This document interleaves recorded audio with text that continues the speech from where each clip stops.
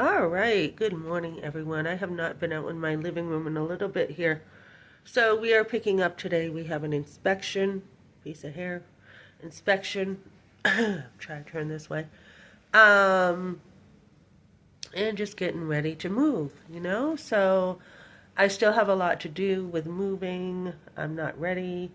I am ready to definitely have my sons, have their plan of who's living with who and what they're doing. Um, Ladies, I want to share something. Okay, I could have gone a lot of different ways in life. I could have. I mean, I was pretty popular in school, middle school. Not when I was real little. I got picked on all the time by my husband, my ex-husband, and all our friends.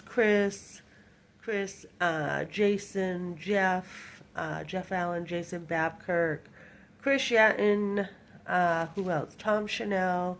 He was the one who made a picture of me of an alien. And I used to go home. I actually started school in Suncliff before Epsom. And used to go home and I would cry. I cried a couple times. Um, no, I think it was once. Okay, there was once that I had cried in Suncliff because I was being picked on by the boys.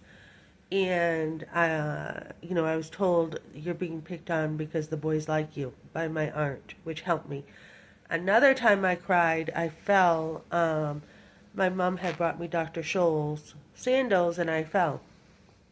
I was running and I fell in them, skinned my knee pretty bad, got back up. But I'm not somebody who cries much. But I had boys picking on me in school up until sixth grade, and then all those boys liked me.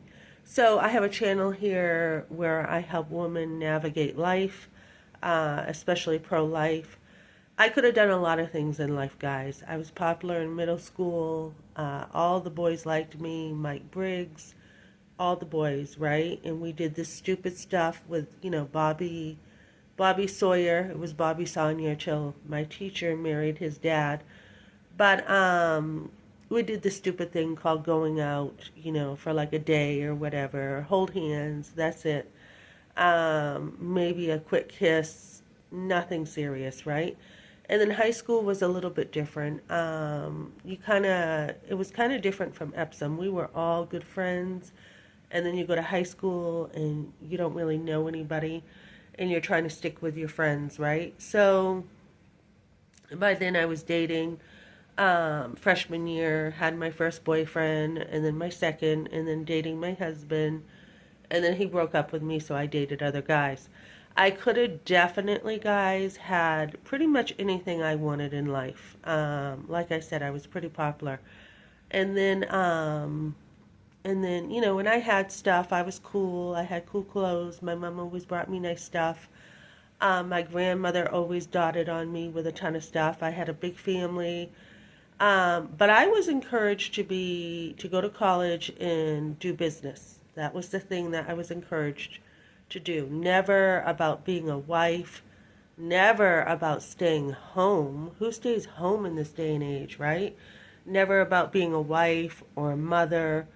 None of that, right? It was actually the opposite. And then with my husband leaving, that legacy I had of being married 33 years plus five sons, his mother tried to destroy. His mother tried to take away my marriage twice now. Once when we had three little kids and my husband had testicular cancer, she tried to, say I was a gold digger living in a trailer for 23 years.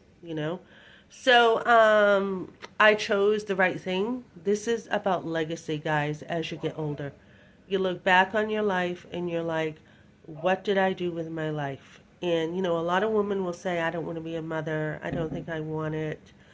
Um, I think people are coming by to inspect. I don't want to be a mother. When you get older, my age, you can look back and say, I did the right thing. Yes, there's beauty. Yes, there's money, which I will now have because I have a good job. Yes, there's all these things, but being a wife and a mother is the best choice.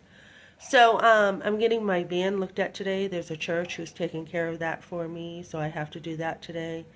Clean up a little bit more around here. but looking back and saying, I chose the right stuff. That is what my legacy is, and my legacy will live on. When I die, not only as a Christian woman, but teaching my sons about God, knowing that they will be up in heaven with me is my legacy that I have left my kids. And whatever you leave on earth for them, financially, whether that's a bank account or a house later on or whatever, that's just very small compared to the legacy of being a Christian. So ladies, choose well, choose God, and then choose family. You will never lose with family. And it is an adventure. It is. You will be going through a lot. You have your body's changing. You have different sons. Each one is individual. Each one has their own set of weaknesses, strengths, challenges. And let me tell you, it is an adventure. The hardest job you will ever love is being a mother. Okay, thanks for joining me, guys.